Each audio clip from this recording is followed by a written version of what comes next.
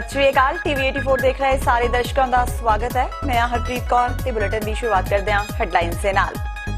SYL ਦੇ ਮੁੱਦੇ ਤੇ ਹਰਿਆਣਾ ਨਾਲ ਹੋਣ ਵਾਲੀ ਮੀਟਿੰਗ ਦਾ ਕੈਪਟਨ ਕਰਨ ਬਾਈਕਾਟ। ਸੁਖਬੀਰ ਬਾਦਲ ਦਾ ਕੈਪਟਨ ਅਮਰਿੰਦਰ ਸਿੰਘ ਤੇ ਹਮਲਾ, ਕਿਹਾ ਬਿਨਾਂ ਕਿਸੇ ਦਬਾਅ ਤੋਂ SYL ਦਾ ਕਰਨ ਵਿਰੋਧ।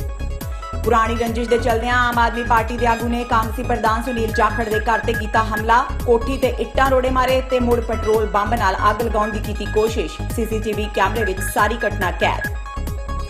ਨਸ਼ਿਆਂ ਦੇ ਵੱਧਦੇ ਰੁਝਾਨ ਤੇ ਭਗਵੰਤ ਮਾਨ ਨੇ ਕੈਪਟਨ ਸਰਕਾਰ ਨੂੰ ਲਾਏ ਰਗੜੇ। ਪੁਲਿਸ ਦੇ ਮਿਲੀ ਭੁਗਤ ਦੇ ਜਤਾਏ ਅੰਦੇਸ਼ੇ, ਕਿਹਾ ਪਹਿਲਾਂ ਫੜਿਆ ਨਸ਼ਾ ਸਾੜ ਦਿੱਤਾ ਜਾਂਦਾ ਸੀ ਪਰ ਹੁਣ ਫੜੇ ਨਸ਼ੇ ਦਾ ਕੀ ਹੁੰਦਾ ਏ ਕੁਝ ਨਹੀਂ ਪਤਾ। ਸ਼੍ਰੀ ਨਨਕਾਣਾ ਸਾਹਿਬ ਪਾਕਿਸਤਾਨ ਤੋਂ 45 ਸਿੱਖ ਸ਼ਰਧਾਲੂਆਂ ਦਾ ਜੱਥਾ ਭਾਰਤ ਪੁੱਜਾ। ਸ਼੍ਰੋਮਣੀ ਕਮੇਟੀ ਨੇ ਕੀਤਾ ਭਰਵਾਂ ਸਵਾਗਤ। ਯਾਤਰਾ ਦੌਰਾਨ 5 ਤਖਤ ਸਾਹਿਬਾਨਾਂ ਤੋਂ ਇਲਾਵਾ ਸ਼੍ਰੀ ਹੇਮਕੁੰਟ ਸਾਹਿਬ ਦੇ ਦਰਸ਼ਨ ਕਰਨਗੇ ਸ਼ਰਧਾਲੂ। ਤੇ ਦੇਸ਼ ਦਾ ਸਿਰ ਸ਼ਰਮ ਨਾਲ ਚੁੱਕਿਆ। ਅਵਾਰਾ ਸਾਨ ਦੇ ਹਮਲੇ ਕਾਰਨ ਜ਼ਖਮੀ ਹੋਏ ਪੁਲਿਸ ਮੁਲਾਜ਼ਮ ਦੀ ਹਸਪਤਾਲ ਵਿੱਚ ਮੌਤ। ਵੀਡੀਓ ਸੋਸ਼ਲ ਮੀਡੀਆ ਤੇ ਵਾਇਰਲ। ਤੇ ਹੁਣ ਇਹਨਾਂ ਖਬਰਾਂ ਦਾ ਵਿਸਥਾਰ। ਸ਼੍ਰੋਮਣੀ ਅਕਾਲੀ ਦਲ ਦੇ ਪ੍ਰਧਾਨ ਸੁਖਬੀਰ ਬਾਦਲ ਨੇ ਪੰਜਾਬ ਦੀ ਕਾਂਗਸੀ ਆਗੂਆਂ ਉੱਤੇ ਸੂਬੇ ਵਿੱਚ ਨਾਜਾਇਜ਼ ਮਾਈਨਿੰਗ ਦੇ ਦੋਸ਼ ਲਗਾਏ ਨੇ। ਸੁਖਬੀਰ ਬਾਦਲ ਨੇ ਕਿਹਾ ਕਿ ਕੈਪਟਨ ਅਮਰਿੰਦਰ ਸਿੰਘ ਨੂੰ ਹੋਰ ਕੀ ਸਬੂਤ ਚਾਹੀਦੇ ਨੇ। ਹੁਣ ਤਾਂ ਉਹਨਾਂ ਦੇ ਆਪਣੇ ਸੀਨੀਅਰ ਆਗੂ ਪ੍ਰਤਾਪ ਸਿੰਘ ਬਾਜਵਾ ਨੇ ਹੀ ਚਿੱਠੀ ਲਿਖ ਕੇ ਇਹਨਾਂ ਗੱਲਾਂ ਦਾ ਖੁਲਾਸਾ ਕਰ ਦਿੱਤਾ ਹੈ। ਸੁਖਬੀਰ ਬਾਦਲ ਲੋਕ ਸਭਾ ਮੈਂਬਰ ਬਣਨ ਤੋਂ ਬਾਅਦ ਆਪਣੇ ਹਲਕੇ ਵਿੱਚ ਲੋਕ ਮਿਲਣੀਆਂ ਕਰਨ ਲਈ ਪੁੱਜੇ ਹੋਏ ਸਨ। ਪੱਤਰਕਾਰਾਂ ਨਾਲ ਗੱਲਬਾਤ ਕਰਦਿਆਂ ਉਹਨਾਂ ਕੈਪਟਨ ਸਰਕਾਰ ਤੇ ਤਿੱਖੇ ਨਿਸ਼ਾਨੇ ਵਿੰਨੇ। ਸੁਖਬੀਰ ਬਾਦਲ ਨੇ SYL ਦੇ ਮੁੱਦੇ ਤੇ ਹਰਿਆਣਾ ਨਾਲ ਹੋਣ ਵਾਲੀ ਮੀਟਿੰਗ ਦਾ ਵੀ ਬਾਈਕਾਟ ਕਰਨ ਦੀ ਗੱਲ ਕਹੀ। ਉਹਨਾਂ ਕਿਹਾ ਕਿ ਕੈਪਟਨ ਨੂੰ ਬਿਨਾਂ ਕਿਸੇ ਦਬਾਅ ਦੇ SYL ਨਹਿਰ ਦਾ ਵਿਰੋਧ ਕਰਨਾ ਚਾਹੀਦਾ ਹੈ। ਜਿੰਨੇ ਕਾਂਗਰਸ ਦੇ MLA ਹੈ ਸਾਰੇ ਮਾਈਨਿੰਗ ਤੇ ਲੱਗੇ ਆ, ਇਲੀਗਲ ਮਾਈਨਿੰਗ। ਜਿਹੜਾ ਪੈਸਾ ਖਜ਼ਾਨੇ ਚ ਆਉਣਾ ਸੀ, ਜਿਹਦੇ ਨਾਲ ਗਰੀਬਾਂ ਨੂੰ ਪੈਨਸ਼ਨਾਂ ਮਿਲਣੀਆਂ ਸੀ, ਆ ਕਾਂਗਰਸੀ MLA ਲੁੱਟਣ ਲੱਗੇ ਆ। ਹੁਣ ਇਹ ਤੋਂ ਵੱਧ ਕੀ ਸਬੂਤ ਹੈ ਕਿ ਉਹਨਾਂ ਦਾ ਆਪਣਾ ਸਾਬਕਾ ਪ੍ਰਧਾਨ ਕਹਿ ਰਿਹਾ ਕਿ ਉਹਨਾਂ ਦੀ ਸਰਕਾਰ ਵਿੱਚ ਕਾਂਗਰਸੀ ਲੁੱਟਣ ਦੇ ਲੱਗੇ ਆ। ਇਹ ਤੋਂ ਵੱਧ ਕਿਸੇ ਨੂੰ ਕਹਿਣ ਦੀ ਲੋੜ ਨਹੀਂ ਹੈ। ਸਟੈਂਡ ਕਲੀਅਰ ਹੈ, ਮੀਟਿੰਗ ਕਰਨ ਦੀ ਲੋੜ ਹੀ ਨਹੀਂ। SYL ਮੀਟਿੰਗ ਤਾਂ ਹੋਏ ਜੇ SYL ਬਣਾਉਣੀ ਹੋਏ। ਮੈਂ ਕੈਪਟਨ ਸਾਹਿਬ ਨੂੰ ਕਹਿਣਾ ਕਿਸੇ ਕਿਤੇ ਐ ਨਾ ਆਏ ਕਿ ਦਬਾਅ ਥੱਲੇ ਆ ਕੇ ਤੁਸੀਂ ਜਾਂ ਕੁਛ ਕਰਕੇ ਸੌਦਾ ਕਰਕੇ ਤੁਸੀਂ SYL ਬਣਾਉਣ ਦਾ ਹਾਂ ਕਰ ਦਿਓ। ਪੰਜਾਬ ਦੀ ਧਰਤੀ ਤੇ SYL ਨਹੀਂ ਬਣੂਗੀ। ਅਕਾਲੀ ਦਲ ਨੇ ਕੀ ਕੀਤਾ? ਅਕਾਲੀ ਦਲ ਨੇ ਜਿਹੜਾ ਕਪਲੇ ਕੀਤੇ ਨਸ਼ੇ ਦੇ ਵਿੱਚ ਅਕਾਲੀ ਦਲ ਨੇ ਸਰਕਾਰ ਉਹਨਾਂ ਦੀ ਹੈ। 2.5 ਸਾਲ ਟੱਪ ਕੇ ਕਿਸੇ ਨੂੰ ਉਹਨਾਂ ਨੇ ਫੜਿਆ, ਇਹ ਅਕਾਲੀ ਵਰਕਰ ਨੂੰ ਫੜਿਆ। ਹੁਣ ਤਾਂ ਇਹ ਨਹੀਂ ਕਹਿ ਸਕਦੇ ਕਿ ਹੁਣ ਤਾਂ ਜਾਂਚ ਉਹਨਾਂ ਹੱਥ 'ਚ ਨਾ, ਸਾਡੇ ਹੱਥ ਤਾਂ ਹੈ ਨਹੀਂ। ਪੰਜਾਬ ਕਾਂਗਰਸ ਪ੍ਰਧਾਨ ਸੁਨੀਲ ਜਾਖੜ ਦੇ ਘਰ ਤੇ ਹਮਲਾ ਹੋਇਆ ਹੈ। ਹਮਲੇ ਦੇ ਇਲਜ਼ਾਮ ਆਮ ਆਦਮੀ ਪਾਰਟੀ ਦੇ ਵਰਕਰ ਰਮੇਸ਼ ਸੋਨੀ ਤੇ ਲੱਗੇ ਨੇ। ਅੱਜ ਸਵੇਰੇ ਅਬੋਹਰ ਦੇ ਸਾਊਥ ਐਵੇਨਿਊ ਵਿੱਚ ਜਾਖੜ ਦੀ ਕੋਠੀ ਤੇ ਇੱਟਾਂ ਰੋੜੇ ਮਾਰੇ ਗਏ ਤੇ ਨਾਲ ਹੀ ਪੈਟਰੋਲ ਪਾ ਕੇ ਅੱਗ ਲਗਾਉਣ ਦੀ ਵੀ ਕੋਸ਼ਿਸ਼ ਕੀਤੀ ਗਈ। ਪੁਲਿਸ ਨੇ ਇਸ ਮਾਮਲੇ ਵਿੱਚ ਆਮ ਆਦਮੀ ਪਾਰਟੀ ਦੇ ਲੀਡਰ ਰਮੇਸ਼ ਸੋਨੀ ਨੂੰ ਗ੍ਰਿਫਤਾਰ ਕੀਤਾ ਹੈ। ਪੁਲਿਸ ਮੁਤਾਬਕ ਜਦੋਂ ਇਹ ਘਟਨਾ ਵਾਪਰੀ ਉਦੋਂ ਸੋਨੀ ਨਸ਼ੇ ਵਿੱਚ ਸੀ।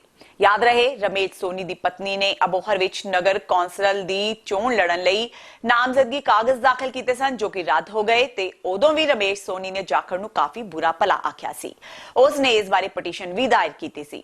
ਸੂਤਰਾਂ ਮੁਤਾਬਕ ਆਪ ਲੀਡਰ ਵੱਲੋਂ 15 ਮਿੰਟਾਂ ਦੀ ਹਰਕਤ CCTV ਕੈਮਰੇ ਵਿੱਚ ਵੀ ਕੈਦ ਹੋ ਗਈ ਹੈ। ਦੇਖੋ ਜੀ, ਕੱਲ ਰਾਤ 10:30 ਵਜੇ ਇੱਕ ਆਦਮੀ ਨੇ ਜਿਹੜੀ ਆਪਣੀ ਗੱਡੀ ਰੋਕੀ ਆਪਣੇ ਸ਼੍ਰੀ ਸੁਨੀਲ ਜਾਖੜ ਦੇ ਰੈਜ਼ੀਡੈਂਸ ਦੇ ਅੱਗੇ। ਉਸ ਤੋਂ ਬਾਅਦ ਉਹਨੇ ਗੱਡੀ ਰੋਕ ਕੇ ਗੇਟ ਭੰਨਣਾ ਸ਼ੁਰੂ ਕਰਤਾ।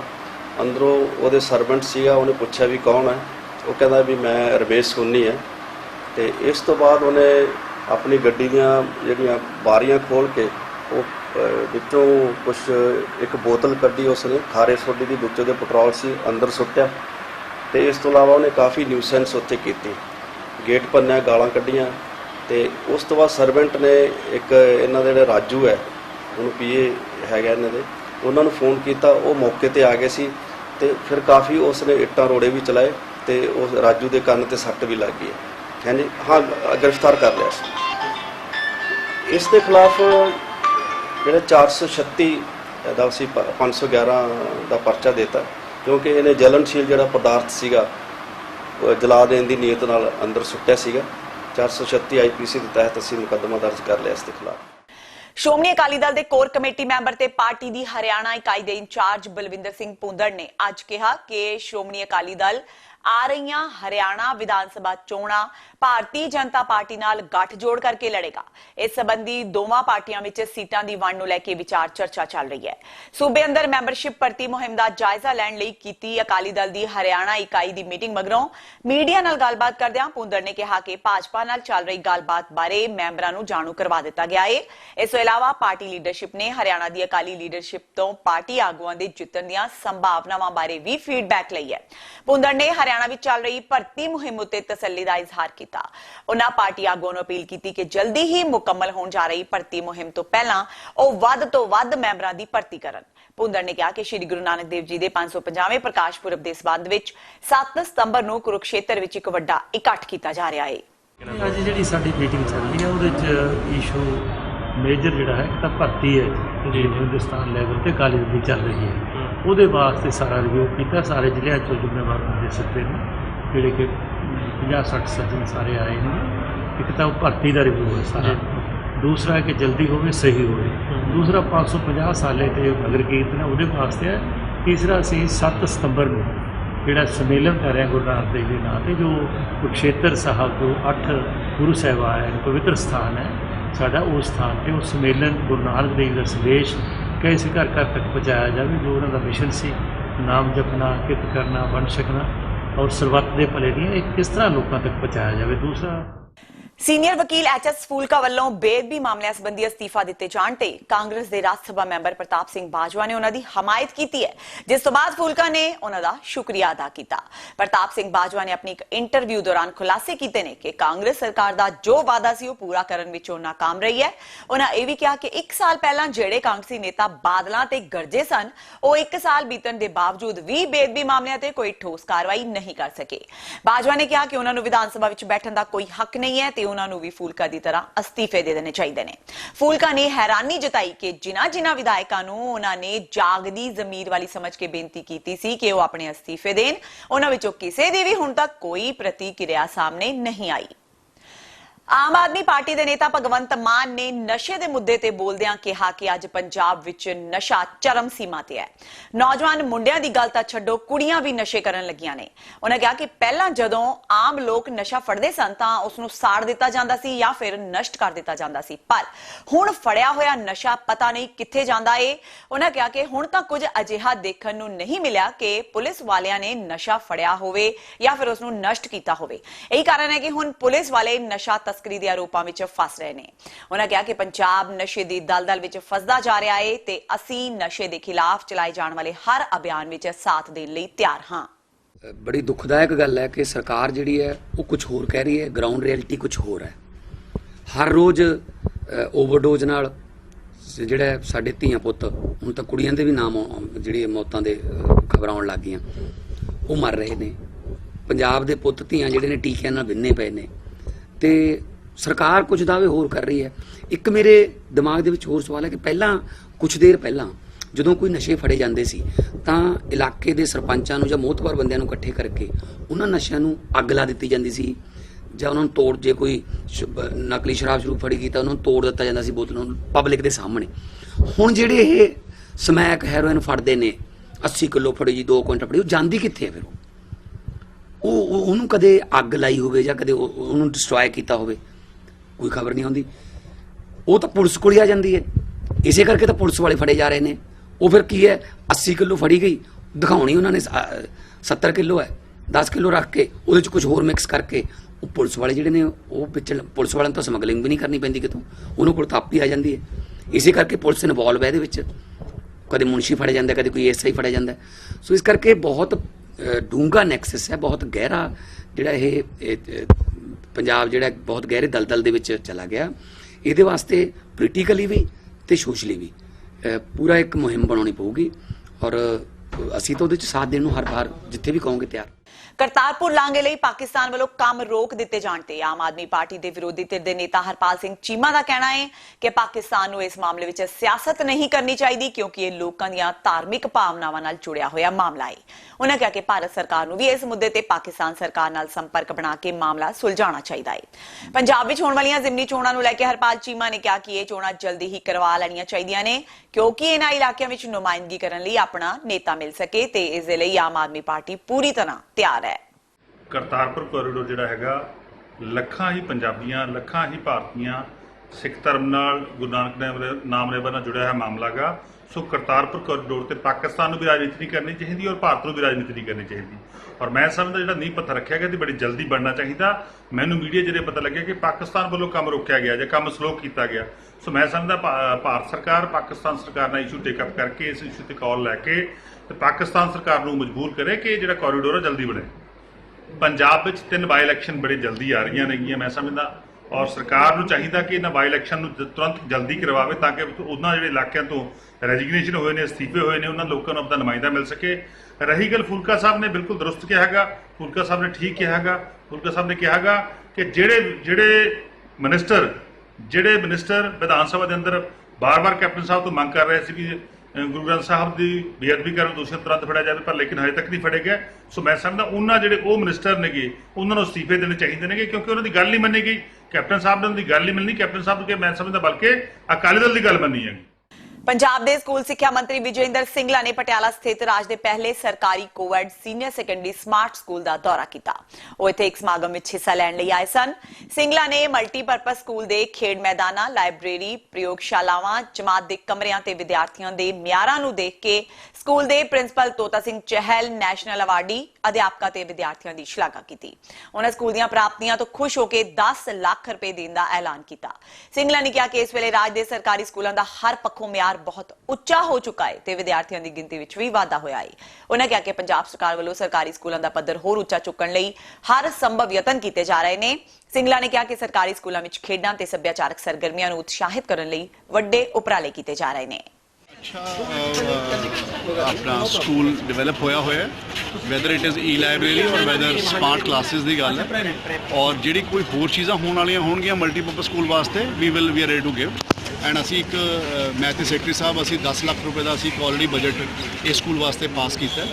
एंड इस तरीके नाल पटियाले के होर 4-5 स्कूलों का भी किया ताकि जिहड़ा बेसिक चीज़ों की जरूरत इमीजिएटली है असी उन्होंने पूरा कर सकीए। As far as solar panels are concern, as far as smart classroom के अलावा बायोमैट्रिक्स इज कंसर्न, ये सारे वो स्कूल है जिन्होंने असी फर्स्ट फेज दे विच अपग्रेड करने वास्ते। ਤੇ ਹੁਣ ਵੇਲਾ ਹੋ ਗਿਆ ਬ੍ਰੇਕ ਦਾ। ਬਾਕੀ ਦੀਆਂ ਖਬਰਾਂ ਇਸ ਬ੍ਰੇਕ ਤੋਂ ਬਾਅਦ।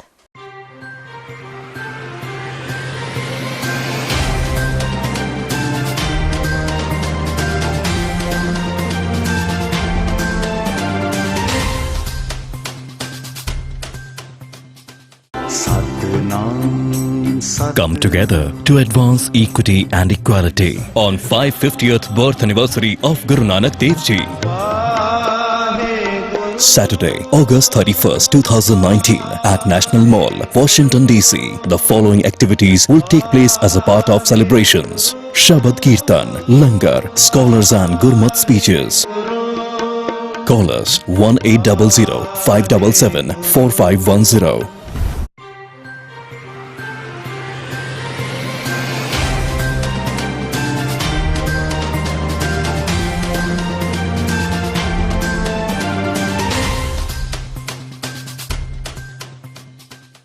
ਬ੍ਰੇਕ ਤੋਂ ਬਾਅਦ ਟੀਵੀ 84 ਦੇ ਖਬਰਾਂ ਦੇ ਬੁਲੇਟਿਨ ਵਿੱਚ ਸਵਾਗਤ ਹੈ। ਵਾਧਿਆਂ ਅਗਲੀ ਖਬਰ ਵੱਲ। ਅਬੋਹਰ ਦੀਆਂ 2 ਸਕੀਆਂ ਭੈਣਾਂ ਦੇ ਚੰਡੀਗੜ੍ਹ ਵਿੱਚ ਹੋਏ ਕਤਲ ਕੇਸ ਦਾ ਮੁਲਜ਼ਮ ਕਾਬੂ ਵਿੱਚ ਆ ਗਿਆ ਹੈ। ਪੁਲਿਸ ਨੇ ਜ਼ੀਰਕਪੁਰ ਵਾਸੀ ਕੁਲਦੀਪ ਸਿੰਘ ਨੂੰ ਗ੍ਰਿਫਤਾਰ ਕਰਨ ਦਾ ਦਾਅਵਾ ਕੀਤਾ ਹੈ। ਪੁਲਿਸ ਨੇ ਇਹ ਕਾਰਵਾਈ ਸੀਸੀਟੀਵੀ ਫੁਟੇਜ ਦੇ ਆਧਾਰ ਤੇ ਕੀਤੀ ਹੈ। ਯਾਦ ਰਹੇ ਕਿ ਵੀਰਵਾਰ ਨੂੰ ਅਬੋਹਰ ਦੀਆਂ 2 ਸਕੀਆਂ ਭੈਣਾਂ ਰਾਜਵੰਤ ਕੌਰ ਤੇ ਮਨਪ੍ਰੀਤ ਕੌਰ ਦਾ ਕਤਲ ਹੋ ਗਿਆ ਸੀ। ਦੋਵੇਂ ਭੈਣਾਂ ਚੰਡੀਗੜ੍ਹ ਦੇ ਸੈਕਟਰ 22 ਵਿੱਚ ਰਹਿੰਦੀਆਂ ਸਨ। ਦੋਵੇਂ ਭੈਣਾਂ ਜ਼ੀਰਕਪੁਰ ਦੀ ਕਿਸੇ ਕੰਪਨੀ ਵਿੱਚ ਕੰਮ ਕਰਦੀਆਂ ਸਨ। ਇਸ ਕਤਲ ਦੇ ਮੁਲਜ਼ਮ ਦੀਆਂ ਤਸਵੀਰਾਂ ਸੀਸੀਟੀਵੀ ਵਿੱਚ ਕੈਦ ਹੋ ਗਈਆਂ ਸਨ। ਇਹਨਾਂ ਦੇ ਆਧਾਰ ਤੇ ਹੀ ਪੁਲਿਸ ਨੇ ਮੁਲਜ਼ਮ ਦੀ ਤਲਾਸ਼ ਸ਼ੁਰੂ ਕੀਤੀ ਸੀ। ਇਸ ਕਤਲ ਕੇਸ ਵਿੱਚ ਪੁਲਿਸ ਨੂੰ ਸ਼ੁੱਕਰਵਾਰ ਇੱਕ ਵੱਡੀ ਕਾਮਯਾਬੀ ਹਾਸਲ ਹੋਈ। ਉਹਨਾਂ ਨੇ ਮੁਲਜ਼ਮ ਕੁਲਦੀਪ ਸਿੰਘ ਨੂੰ ਗ੍ਰਿਫਤਾਰ ਕਰ ਲਿਆ ਹੈ। ਕੁਲਦੀਪ ਸਿੰਘ ਦੀਆਂ ਤਸਵੀਰਾਂ ਸੀਸੀਟੀਵੀ ਵਿੱਚ ਸਾਹਮਣੇ ਆਉਣ ਤੋਂ ਬਾਅਦ ਹੀ ਉਹ ਪੁਲਿਸ ਦੇ ਸ਼ੱਕ ਦੇ ਘੇਰੇ ਵਿੱਚ ਆਇਆ ਸੀ। ਕੁਲਦੀਪ ਸਿੰਘ ਜ਼ੀਰਕਪੁਰ ਦਾ ਰਹਿਣ ਵਾਲਾ ਹੈ, ਜਿਸ ਦੇ ਪਿਤਾ ਸਬ ਇੰਸਪੈਕਟਰ ਨੇ। ਕਤਲ ਤੋਂ ਬਾਅਦ ਉਸਨੇ ਆਪਣੇ ਆਪ ਨੂੰ ਬਚਾਉਣ ਲਈ ਆਪਣਾ ਫੋਨ ਵੀ ਬੰਦ ਕੀਤਾ ਹੋਇਆ ਸੀ। ਸੂਤਰਾਂ ਦੀ ਮੰਨੀਏ ਤਾਂ ਕੁਲਦੀਪ ਇਹਨਾਂ ਭੈਣਾਂ ਨੂੰ ਪਿਛਲੇ 5 ਸਾਲਾਂ ਤੋਂ ਜਾਣਦਾ ਸੀ। ਪੁਲਿਸ ਮੁਤਾਬਕ ਦੋਵਾਂ ਭੈਣਾਂ ਤੇ ਕਈ ਵਾਰ ਹਮਲਾ ਕੀਤਾ ਗਿਆ। तो इसने कुलदीप और जो डिसीज्ड लड़की है मनप्रीत कौर, ये पिछले 9-10 साल से इनके अच्छे संबंध थे, दोस्ती थी और शादी तक भी इनकी बात पहुंच गई थी। लेकिन किसी वजह से पिछले 6-7 महीनों से इनकी जो आपस में जो रिलेशनशिप थी वो सोर हो गई थी, ब्रेकअप जैसे हो गया था, जिसकी वजह से कुलदीप बहुत ज़्यादा जेलस फील कर रहा था और कुलदीप को शक था कि मनप्रीत जो है किसी और के साथ रिलेशनशिप करके शादी के बारे में सीरियस हो रही है। तो उसको 3-4 लड़कों के ऊपर शक था, कंफर्म उसको किसी का भी नहीं था।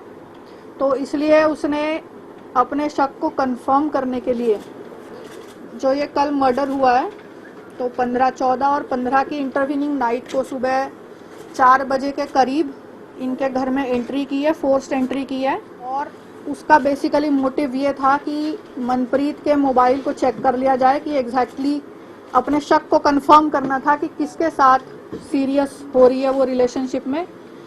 तो उसने मनप्रीत का फ़ोन जो है वो खोलना चाहा, अनलॉक करना चाहा, ट्राई किया, उतने में उसकी नींद खुल गई तो आपस में इनका काफ़ी बोल बुलारा हुआ।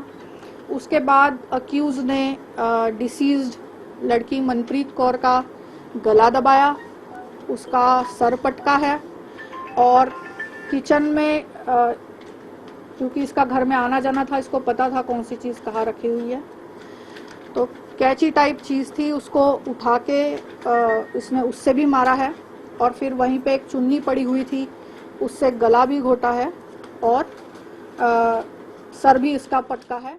ਜਲੰਧਰ ਦੇ ਕਸਬਾ ਕਰਤਾਰਪੁਰ ਦੇ ਰੇਲਵੇ ਸਟੇਸ਼ਨ ਤੇ ਬੰਬ-ਨੁਮਾ ਚੀਜ਼ ਮਿਲਣ ਨਾਲ ਦਹਿਸ਼ਤ ਫੈਲ ਗਈ। ਸੂਚਨਾ ਮਿਲਦਿਆਂ ਹੀ ਰੇਲਵੇ ਤੇ ਕਰਤਾਰਪੁਰ ਪੁਲਿਸ ਨੇ ਮੌਕੇ ਤੇ ਪਹੁੰਚ ਸ਼ੱਕੀ ਵਸਤੂ ਨੂੰ ਆਪਣੇ ਕਬਜ਼ੇ ਵਿੱਚ ਲੈ ਲਿਆ। ਕਸ਼ਮੀਰ ਬਾਰੇ ਕੇਂਦਰ ਸਰਕਾਰ ਦੇ ਫੈਸਲੇ ਤੋਂ ਬਾਅਦ ਪਾਕਿਸਤਾਨ ਨਾਲ ਵਿਗੜੇ ਰਿਸ਼ਤਿਆਂ ਕਰਕੇ ਪੰਜਾਬ ਹਾਈ ਅਲਰਟ ਤੇ ਹੈ। ਕੈਪਟਨ ਅਮਰਿੰਦਰ ਸਿੰਘ ਖੁਦ ਇਸ ਗੱਲ ਬਾਰੇ ਬਿਆਨ ਦੇ ਚੁੱਕੇ ਨੇ ਕਿ ਉਹਨਾਂ ਨੂੰ ਪੰਜਾਬ ਅੰਦਰ ਫਿਦਾਇਨ ਹਮਲੇ ਦਾ ਡਰ ਹੈ। ਅਜਿਹੇ ਵਿੱਚ ਸੂਬੇ ਭਰ ਦੀ ਪੁਲਿਸ ਮੁਸਤੈਦ ਹੈ। ਇਸ ਵਿਚਾਲੇ ਅੱਜ ਕਰਤਾਰਪੁਰ ਤੋਂ ਆਈ ਖਬਰ ਨੇ ਪੁਲਿਸ ਨੂੰ ਭਾਜੜਾਂ ਪਾ ਦਿੱਤੀਆਂ। ਸ਼ੁੱਕਰਵਾਰ ਦੀ ਦੁਪਹਿਰ करीब 12 बजे करतारपुर के रेलवे स्टेशन ते बंब-नुमा चीज मिलने नाल दहशत फैल गई। पुलिस अधिकारियों मुताबिक सूचना मिलदियां ही रेलवे ते करतारपुर दी पुलिस मौके ते पहुंच गई। डॉग स्क्वाड ते बंब निरोधक दस्ते नूं बुलाया गया, जिन्हां ने शक्की वस्तु नूं खंगालिया तां ओह डिजिटल साउंड सिस्टम निकलिया। इस दे अंदर लगे ब्लूटूथ दी लाइट जग रही सी। डीएसपी ने दस्सिया कि पुलिस दी गश्त चप्पे-चप्पे ते जारी है ते किसी भी अणसुखावी घटना नूं रोकण लई पुलिस पूरी तरह मुस्तैद है।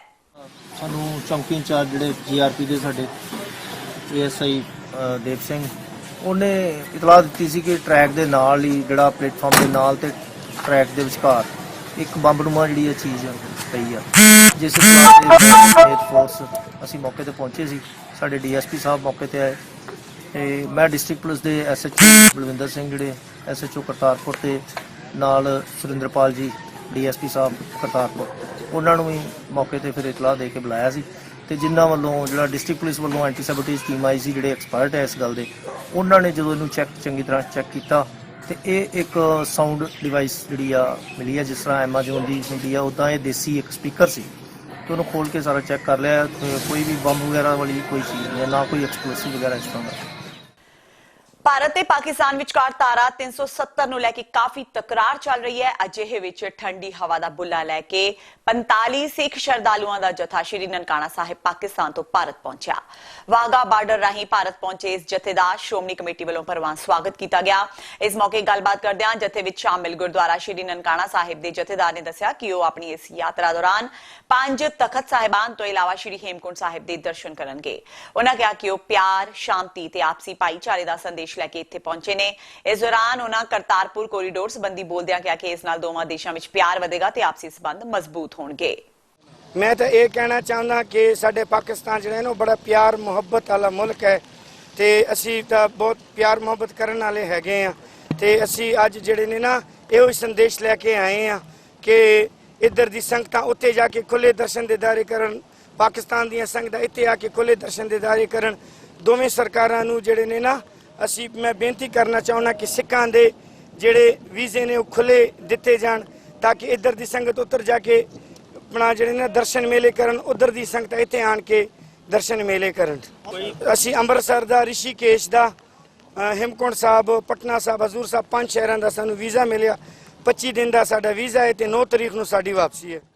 ਧਾਰਾ 370 ਤੇ 35A ਹਟਾਏ ਜਾਣ ਦੇ ਖਿਲਾਫ ਲੋਕ ਮੋਰਚਾ ਵੱਲੋਂ ਬਰਨਾਲਾ ਵਿੱਚ ਕਸ਼ਮੀਰੀ ਲੋਕਾਂ ਦੇ ਹੱਕ ਵਿੱਚ ਰੋਸ ਪ੍ਰਦਰਸ਼ਨ ਕੀਤਾ ਗਿਆ।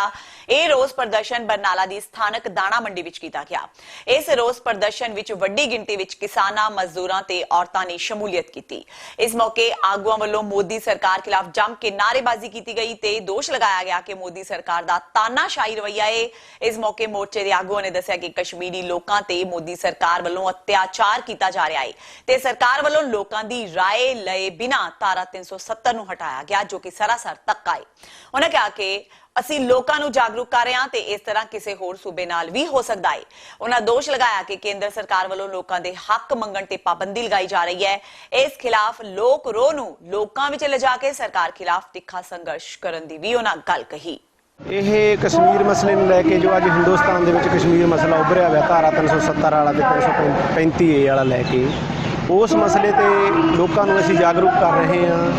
ਜਿਵੇਂ ਭਾਜਪਾ ਸਰਕਾਰ ਵੱਲੋਂ ਇਹ ਗੱਲ ਫੈਲਾਈ ਜਾ ਰਹੀ ਆ ਕਿ ਕਸ਼ਮੀਰ ਨੂੰ ਜਿਹੜੀ 370 ਮਿਲੀ ਸੀ, ਸੰਵਿਧਾਨ ਦੇ ਵਿੱਚ ਹੱਕ ਮਿਲਿਆ ਸੀਗਾ, ਉਹਨਾਂ ਨੂੰ ਉਹ ਹੱਕ ਉਹਨਾਂ ਦੇ ਮਤਲਬ ਵਿਕਾਸ ਦੇ ਵਿੱਚ ਡਿੱਕਾ ਬਣ ਰਿਹਾ ਹੈਗਾ। ਪਰ ਇਹ ਹੱਕ ਉਹਨਾਂ ਨੂੰ ਇੱਕ ਆਰਜੀ ਅਖਲਾਕ ਰਾਹੀਂ ਮਿਲਿਆ ਸੀਗਾ, ਸ਼ਰਤ ਰਾਹੀਂ ਮਿਲਿਆ ਸੀਗਾ। ਨਹਿਰੂ ਤੋਂ ਲੈ ਕੇ ਜਿੰਨੀਆਂ ਵੀ ਹਕੂਮਤਾਂ ਸਾਡੀ ਗੱਦੀ ਦੇ ਉੱਤੇ ਆਈਆਂ ਨੇ, ਉਹਨਾਂ ਲੋਕਾਂ ਨੇ ਸਾਰਿਆਂ ਨੇ ਇਸ ਧਾਰਾ ਨੂੰ ਖਤਮ ਕਰਨ ਦੀ ਖਾਤਰ ਜ਼ੋਰ ਲਾਇਆ। ਚਾਹੇ ਆਰਜੀ ਅਖਲਾਕ ਉਹਨਾਂ ਨੇ ਕੀਤਾ ਸੀਗਾ ਕਿ ਅਸੀਂ ਸੁੰਨੀ ਸਵੈ ਨਿਰਣੇ ਦਾ ਹੱਕ ਜਿਹੜਾ ਉਹ ਦੇਵਾਂਗੇ, ਰਾਇਸਮਾਰੀ ਕਰਾਵਾਂਗੇ, ਇਹ ਕਸ਼ਮੀਰ ਦੇ ਲੋਕ ਫੈਸਲਾ ਕਰਨਗੇ ਕਿ ਉਹਨਾਂ ਨੇ ਭਾਰਤ ਵਾਲਿਆਂ ਨੇ ਰਹਿਣਾ ਜਾਂ ਕਸ਼ਮੀਰ ਵਾਲਿਆਂ ਨਾਲ, ਪਾਕਿਸਤਾਨ ਵਾਲਿਆਂ ਨੇ ਰਹਿਣਾ। ਪਰ ਉਹਨਾਂ ਦੀ ਆਵਾਜ਼ ਨੂੰ ਦਬਾ ਕੇ ਫੌਜ ਦੇ ਜ਼ੋਰ ਦੇ ਉੱਤੇ, ਰਾਜਸੀ ਤਾਕਤ ਦੇ ਜ਼ੋਰ ਦੇ ਉੱਤੇ, ਪੋਲੀਟੀਕਲ ਜ਼ੋਰ ਦੇ ਉੱਤੇ ਹਕੂਮਤਾਂ ਤਾਂ ਇਹ ਚਾਹੁੰਦੀਆਂ ਨੇ ਕਿ ਸੂਬਿਆਂ ਦੇ ਸਾਰੇ ਅਧਿਕਾਰ ਖੋ ਕੇ ਇੱਕ ਹੀ ਸੈਂਟਰ ਦੇ ਵਿੱਚ ਸਰਕਾਰ ਉਭਾਰਨੀ ਆ। ਇੱਥੇ ਹਿੰਦੂ ਤਵੀ ਝੰਡਾ ਲਾਗੂ ਕਰਨਾ ਗਾ, ਇੱਥੇ ਰਾਮ ਰਾਮ ਕਹਿਣ ਵਾਲੇ ਰੱਖਣੇ ਨੇ, ਇੱਥੇ ਜੈ ਸ੍ਰੀ ਰਾਮ ਕਹਿਣ ਵਾਲੇ ਰੱਖਣੇ ਨੇ, ਬਾਕੀ ਸਾਰੇ ਮਿਟਣੇ ਨੇ। ਇਹ ਸਾਰੀ ਗੱਲ ਦੇ ਮਤਲਬ ਸਾਰੀ ਗੱਲ ਤੋਂ ਚੇਤਨ ਕਰਨ ਦੀ ਖਾਤਰ ਅਸੀਂ ਅੱਜ ਦੀ ਇਹ ਇਕੱਤਰਤਾ ਰੱਖੀ ਹੈ ਲੋਕ ਮੋਰਚਾ ਪੰਜਾਬ ਵੱਲੋਂ। ਅਸੀਂ ਕੋਸ਼ਿਸ਼ ਕਰ ਰਹੇ ਹਾਂ ਕਿ ਇਕੱਲੇ ਲੋਕਾਂ ਨੂੰ ਅਸੀਂ ਇਹ ਗੱਲ ਦੱਸ। पंजाब बंद दौरान हिंदू देवता रामचंद्र खिलाफ टिप्पणी करने वाले दलित आगू ਨੂੰ पुलिस ने गिरफ्तार कर लिया है। दलित आगू ते बहुजन समाज पार्टी के साबका MLA शिंगारा राम साहूगढ़ ने रविदास भाईचारे के धरने दौरान भगवान राम, कृष्ण ते सीता खिलाफ विवादित टिप्पणी की सी ते लोकां नूं नाजायज हथियार रखण लई प्रेरित करने वाला बयान दिता सी। इस दे चलदिआं हिंदू समाज विच भारी रोस पाया जा रहा सी ते उक्त बसपा आगू खिलाफ कार्रवाई करने की मांग की जा रही सी। इस दरमियान शुक्रवार नूं पुलिस ने शिंगारा राम साहूगढ़ खिलाफ कार्रवाई करदे उसनूं गिरफ्तार कर लिया। सूबे विच बच्चे चुक्कण वाले गिरोह दे सरगर्म होण दीआं खबरां लगातार आ रहीआं ने। ताज़ा मामला हुशियारपुर तो सामने आया है, जिथे स्थानक लोकां ने एक औरत नूं काबू कीता ते इल्जाम है कि यह औरत बच्चा चुक के फरार होण जा रही सी, जिस नूं बच्चे दी मां वल्लों रौला पाउण तों बाद लोकां ने काबू कर लिया ते पुलिस दे हवाले कर दिता। भीड़ विच घिरी इस औरत ते बच्चा चुक्कण दे इल्जाम लगे ने, जिस नूं लोकां ने रंगे हत्थी काबू कीता है। तस्वीरां हुशियारपुर दे मुहल्ला बहादुरपुर दियां ने। इल्जामां मुताबक देर शाम ये औरत घर दे अंदरों 6 साल दे एक बच्चे नूं चुक के फरार होण लगी सी कि अचानक उसदी मां बाथरूम विचों बाहर निकल आई, जिसने रौला पा दिता ते ये औरत बच्चे नूं छड्ड के फरार हो गई। पर स्थानक लोकां ने इस नूं थोड़ी दूरी तो ही काबू कर लिया। देखदियां घटना वाली थां ते लोकां दा तांता लग गया। हालांकि इस औरत नाल भीड़ वल्लों कुटमार तां नहीं कीती गई, पर इस नूं पुलिस दे हवाले जरूर कर दिता गया। फिलहाल पुलिस मामले दी जांच कर रही है। पुलिस मुताबक काबू कीती ये औरत मानसिक तौर ते परेशान लग रही है, जो अपना घर बार दसन दी भी हालत विच नहीं लग रही।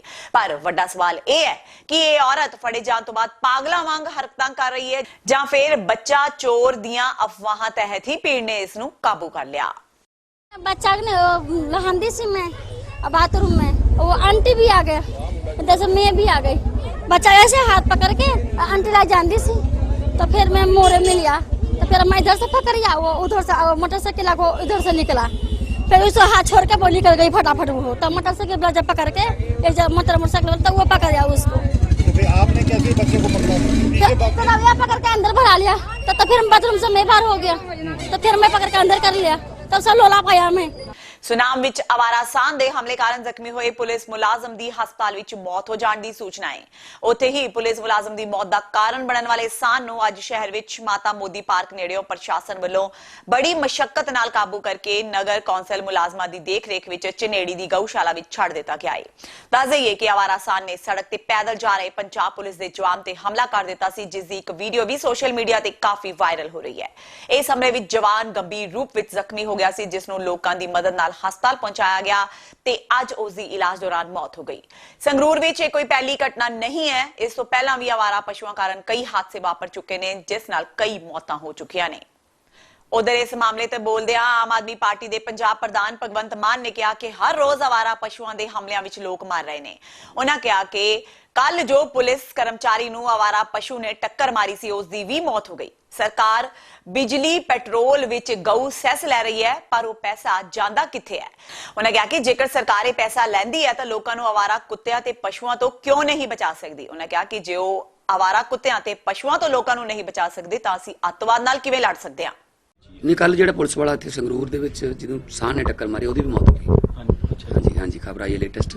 ਸੋ ਮਤਲਬ ਹਰ ਰੋਜ਼ ਮਤਲਬ ਪਤਾ ਹੀ ਨਹੀਂ ਕਿੰਨੇ ਬੇਕਸੂਰ ਜਿਹੜੇ ਨੇ ਉਹ ਸਾਨਾਂ ਦੀ ਲੜਾਈ 'ਚ ਜਾਂ ਗਾਵਾਂ ਨਾਲ ਟੱਕਰ ਹੋ ਕੇ ਜਿਹੜੇ ਆ ਉਹਨਾਂ ਦੀ ਮੌਤ ਹੁੰਦੀ ਹੈ, ਜਦ ਕਿ ਬਿਜਲੀ ਦੇ ਬਿੱਲ ਦੇ ਵਿੱਚ ਕਾਓ ਸੈਸ ਲਿਆ ਜਾਂਦਾ ਹੈ, ਪੈਟਰੋਲ ਦੀ ਕੀਮਤ ਦੇ ਵਿੱਚ ਕਾਓ ਸੈਸ ਲਿਆ ਜਾਂਦਾ ਹੈ, ਤੇ ਫਿਰ ਉਹ ਜਾਂਦਾ ਕਿੱਥੇ ਪੈਸਾ?